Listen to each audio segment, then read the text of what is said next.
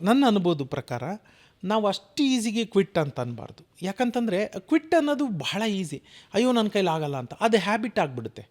ಇದನ್ನು ಶುರು ಮಾಡ್ತೀವಿ, ಅದನ್ನು ಶುರು ಮಾಡ್ತೀವಿ, ಇದನ್ನು ಶುರು ಮಾಡ್ತೀವಿ, ಯಾವುದನ್ನು ಪೂರ್ಣಗೊಳಿಸೋದಿಲ್ಲ.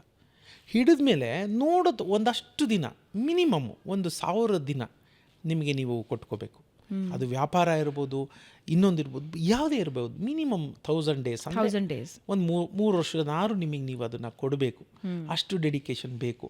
ಕೊನೆಗೂ ಆಗಲಿಲ್ಲ ಅಂದರೆ ಆಯಿತು ಅಂತ ನಾವು ಬೇರೆ ಕಡೆ ಹೋಗಲೇಬೇಕು. ನಾವು ಅಳ್ತಾ ಕೂತ್ಕೊಳ್ಳೋಂಗಿಲ್ಲ.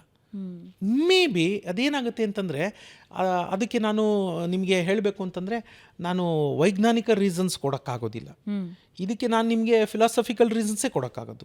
ಏನಂದರೆ, ಕೆಲವ್ರಿಗೆ ಮೊದಲನೇ ಚಾವಿಲೇ ಓಪನ್ ಆಗಿಬಿಡುತ್ತೆ, ಚಿಕ್ಕ ವಯಸ್ಸಿಗೆ ಯಶಸ್ಸು ಸಿಕ್ಕಿರುತ್ತೆ. ಕೆಲವ್ರಿಗೆ 50-60ಕ್ಕೆ ಸಿಕ್ಕುತ್ತೆ. ಕೆಲವ್ರಿಗೆ ಸಿಕ್ಕದೇ ಇಲ್ಲ ಜೀವನ ಪೂರ್ತಿ. 100 ಕೀ ಇರುತ್ತೆ, ಅವ್ರು ಟ್ರೈ ಮಾಡ್ತಾನೆ ಇರ್ತಾರೆ. ಪ್ರಯತ್ನ ನಿಲ್ಲಿಸಬಾರ್ದು. ಯಾವ ಕೀಯಲ್ಲಿ ನೆಕ್ಸ್ಟ್ ಓಪನ್ ಆಗುತ್ತೆ ನೋಬಡಿ ನೋಸ್. ಪ್ರಯತ್ನ ನಿಲ್ಲಬಾರ್ದು. ನನ್ನ ಬದುಕಿನ ಇನ್ನೊಂದು ಟ್ಯಾಗ್ಲೈನ್, ಪ್ರಯತ್ನವೇ ಪರಮಾತ್ಮ. ಪ್ರಯತ್ನವೇ ಪರಮಾತ್ಮ. ಅದೇ ದೇವರು, ಅದೇ ದೇವರು.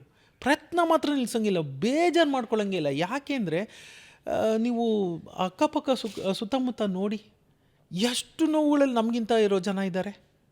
ಹೌದಾ ಅಲ್ವಾ? ಸೊ ನಿಮ್ಗೇನಾಗಿದೆ? ಕೈಕಾಲು ನೋವಿಲ್ಲ, ಬದುಕಿದ್ದೀರಾ, ಇನ್ನೇನು ಬೇಕು? ಬದುಕಿದ್ದೀರಾ, ಯು ಕ್ಯಾನ್ ಫೀಲ್ ಸಮಥಿಂಗ್ ಅಂತಂದರೆ ಯು ಆರ್ ಅಲೈವ್.